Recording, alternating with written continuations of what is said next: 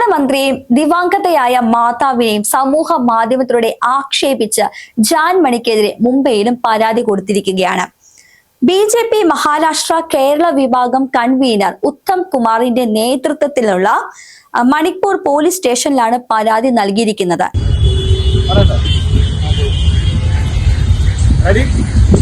ഞങ്ങൾ നിൽക്കുന്നത് മഹാരാഷ്ട്രയിലെ ബോംബെക്ക് സമീപമുള്ള വസൈ റോഡ് മണിപ്പൂർ പോലീസ് സ്റ്റേഷനിലാണ്. കേരളത്തിലെ ട്രാൻസ്ജെൻഡർ ആക്ടിവിസ്റ്റ് ജനമണിദാസ് ആദരണീയനായുള്ള പ്രധാനമന്ത്രിക്കെതിരെ വളരെ ആക്ഷേപകരമായിട്ടുള്ള, നമുക്ക് പറയാൻ സാധിക്കാത്ത രീതിയിലുള്ള, വളരെ വൃത്തികെട്ട രീതിയിലുള്ള ഒരു ആക്ഷേപം നടത്തിയിട്ടുണ്ട്. ഇതിനെതിരെ കേരളത്തിന് പുറത്തും ഭാരതീയ ജനതാ പാർട്ടിയുടെ പ്രവർത്തകർ, ദേശഭക്തിയുള്ള പ്രവർത്തകർ എല്ലാ സ്ഥലങ്ങളിലും FIR ഇടാനായിട്ടുള്ള ശ്രമം നടത്തുകയാണ്. ഇവിടെ നമ്മൾ പരാതി കൊടുത്തു, അവർ ഇന്ന് അതിൻ്റെ തീരുമാനമെടുക്കും. നമ്മൾ ഈ പോലീസ് സ്റ്റേഷൻ ഇൻചാർജിനെയും ഇവിടുത്തെ DCPയെയും കണ്ട് സംസാരിച്ചു. ഇത്തരത്തിൽ ആക്ഷേപം നടത്തുന്നവരെ ഒരു രീതിയിലും വെച്ചുപൊറിപ്പിക്കത്തില്ലെന്നുള്ളതുള്ള ഈ സമയത്ത് നമ്മൾ പറയുകയാണ്.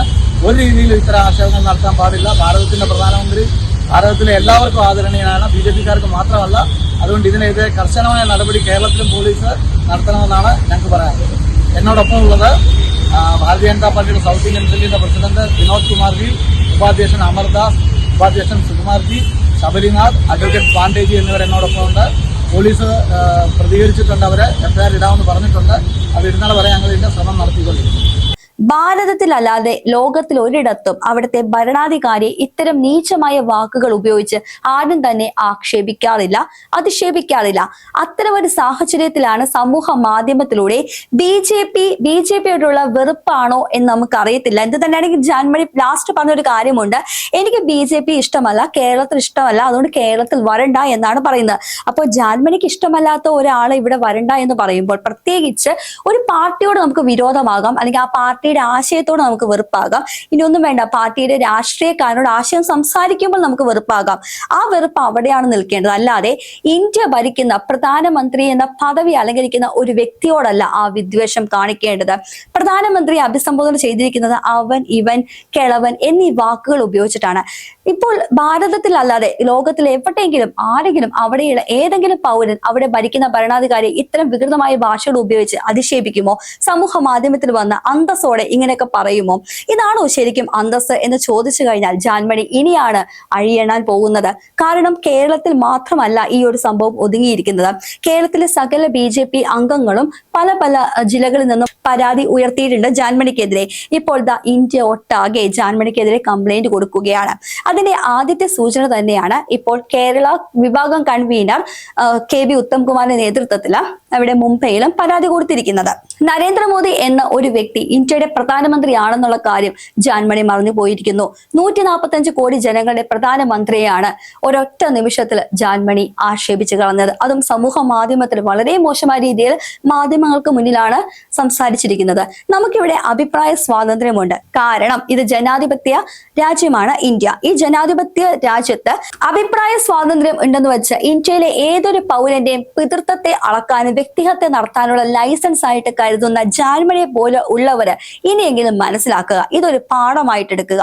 കാരണം അഭിപ്രായ സ്വാതന്ത്ര്യം വിനിയോഗിക്കപ്പെടേണ്ടത് മറ്റൊരു വ്യക്തിയെ വ്യക്തിഹത്യ നടത്തിയിട്ടല്ല. ഇതാണ് നമ്മൾ മുന്നോട്ട് വെക്കുന്ന ആശയം. അതായത് ജാൻമണി ദാസിനെതിരെ കംപ്ലൈന്റ് കൊടുക്കുക എന്ന് പറയുമ്പോൾ ഇനി ആർക്കെങ്കിലും ഇത്തരത്തിൽ മറ്റൊരു വ്യക്തിയെ വ്യക്തിഹത്യ നടത്താനോ പിതൃത്വത്തെ ചോദ്യം ചെയ്യാനോ, പ്രത്യേകിച്ച് നമ്മുടെ ഇന്ത്യൻ പ്രധാനമന്ത്രിയോ അല്ലെങ്കിൽ അത്തരം പദവികൾ അലങ്കരിക്കുന്ന ആരുമാകട്ടെ, സഹമന്ത്രിമാരോ ആരുമാകട്ടെ, ഇന്ത്യയിലെ ഏതൊരു പൗരനെയും ഇത്തരത്തിൽ ആക്ഷേപിക്കാനായിട്ട് മുതിരുമ്പോൾ ഇങ്ങനെ ഒരു കേസ് ഇവിടെ ഉണ്ട്. ഇങ്ങനെ ഇത്ര കേസിൽ ഇങ്ങനെ ഒരു പണി കിട്ടും, അതിന് നിയമത്തിന്റെ കുരുക്ക് ഇങ്ങനെയാണ് എന്നുള്ള ഒരു ബോധം അവരിലേക്ക് എത്തിച്ചു കൊടുക്കുക എന്നൊരു ലക്ഷ്യം കൂടെ ഇതിനുണ്ട്.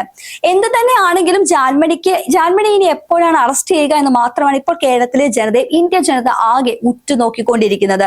കേരളത്തിൽ ആകെ പ്രതിഷേധമാണ്. പല യൂട്യൂബേഴ്സും അതേപോലെ മാധ്യമങ്ങൾക്ക് മുന്നിൽ തന്നെ വന്നിട്ടും പലരും ജനരോക്ഷം പ്രകടിപ്പിക്കുന്നുണ്ട്. കാരണം ആർക്കും തന്നെ ഇപ്പോൾ ജാൻമണിയുടെ ഇത്തരം ഒരു പ്രവൃത്തിനെ ഇഷ്ടമല്ല. CJP പാർട്ടി നടത്തുന്ന മൂവ്മെന്റിൽ പങ്കെടുത്തതിന് ശേഷമാണ് ജാൻമണിക്ക് ഇത്തരത്തിലുള്ള നീചമായ വാക്കുകൾ കൂടുതൽ ജാൻമണി ഉപയോഗിക്കാൻ തുടങ്ങിയിരിക്കുന്നത്. ഏറെക്കുറെ അവിടെ ചെന്ന് കുറച്ച് ജനശ്രദ്ധ നേടിയത് കൊണ്ടാണോ ഇനി ഇന്ത്യൻ പ്രധാനമന്ത്രിയെ കൂടി കുറച്ച് ചീത്ത വിളിച്ച് കളയാം എന്ന് വിചാരിച്ചിട്ട്, കുറച്ച് ജനശ്രദ്ധ കൂടി കിട്ടുമെന്ന് വിചാരിച്ചിട്ടാണെങ്കിൽ ഇപ്പോൾ ജാൻമണി മാത്രമാണ് പെട്ടുപോയിരിക്കുന്നത്. പറഞ്ഞ ഏതാനും മണിക്കൂറുകൾക്കുള്ളിൽ തന്നെ മറുപടിയായിട്ട്, അതായത് മാപ്പപേക്ഷയുമായിട്ട് ജാൻമണി രംഗത്ത് വന്നിട്ടുണ്ട്. പക്ഷേ മാപ്പർഹിക്കാത്ത തെറ്റ് തന്നെയാണ് ജാൻമണി ചെയ്തിരിക്കുന്നത്. കാരണം 1947 നരേന്ദ്രമോദിയുടെ അച്ഛൻ മരിച്ചത്, 1950 നരേന്ദ്രമോദി ജനിച്ചത്. അപ്പോൾ 3 വർഷമൊക്കെ ഒരു പെണ്ണിന് ഗർഭം ധരിക്കാൻ പറ്റുമോ എന്നാണ് ജാൻമണി ആക്ഷേപിച്ച് ചോദിച്ചിരിക്കുന്നത്. അവന്റെ ക്ഷമിക്കണം, എനിക്ക് ഒരിക്കലും അദ്ദേഹത്തെ അവന്ന് വിളിക്കാൻ പറ്റില്ല, പക്ഷെ ജാൻമണി പറഞ്ഞ വാക്കാണ് ഞാനിവിടെ ഉപയോഗിക്കുന്നത്. അവന്റെ അച്ഛൻ ആരാണെന്ന് കണ്ടെത്തട്ടെ എന്നാണ് ജാൻമണി പറഞ്ഞത്. പക്ഷെ നിങ്ങളൊന്ന് ആലോചിച്ച് നോക്കൂ, ഇത്രയും വളരെ വൃത്തികെട്ട രീതിയിൽ സംസാരിക്കുന്ന, അതും ഇന്ത്യൻ പ്രധാനമന്ത്രി വളരെ മോശമായ രീതിയിൽ സംസാരിക്കുന്ന ഒരു ആളുണ്ടെങ്കിൽ ഇത് ജാൻമണി മാത്രമുള്ള കാര്യമല്ല കേട്ടോ. നമ്മുടെ പല യൂട്യൂബേഴ്സും പല ഇൻഫ്ലുവൻസേഴ്സ്മാരും ഇന്ത്യ ഭരിക്കുന്ന പ്രധാനമന്ത്രിയായ നരേന്ദ്രമോദിനെ വളരെ മോശമായ രീതിയിൽ സംസാരിക്കുന്ന പല ആളുകളും ഇന്ന് രംഗത്തുണ്ട്. അവർക്കെല്ലാവർക്കും ഇതൊരു ബാധകമായിരിക്കണം. കാരണം ആശയപരമായിട്ട് എതിർപ്പുണ്ടെങ്കിൽ നിങ്ങൾക്ക് ആ രാഷ്ട്രീയ എതിർപ്പിനെ ആശയപരമായിട്ട് സംസാരിക്കാം, അല്ലാതെ ഒരിക്കലും അയാളുടെ വ്യക്തി ജീവിതത്തിലേക്ക് ഒളിഞ്ഞു നോക്കിയിട്ടും കടന്നു കയറിയിട്ടുമല്ല നിങ്ങൾ ആശയപരമായിട്ട് സംസാരിക്കേണ്ടത്.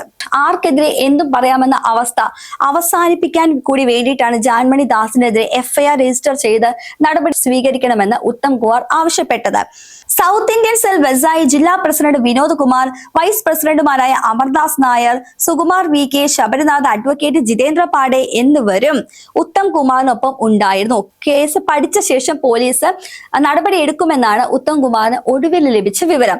ഇത്തരത്തിൽ മോശമായ രീതിയിൽ ചിത്രീകരിക്കുന്ന ആളുകൾക്ക് നിയമത്തിന്റെ വസ്തുത എന്താണെന്ന് കാട്ടിക്കൊടുത്താൽ മാത്രമേ ഇനി മറ്റാരും ഈ ജാൻമണിയെ അനുകരിച്ച് രംഗത്ത് വരാതിരിക്കുകയുള്ളൂ. അതുകൊണ്ട് തന്നെ ജാൻമണിക്കെതിരെ നമുക്കും പോരാടാം. എന്താണ് ഇനി ജാൻമണിക്ക് സംഭവിക്കാൻ പോകുന്നത്, എപ്പോഴാണ് ജാൻമണിയുടെ അറസ്റ്റ് എന്ന് മാത്രം നമുക്കിനി നോക്കാം.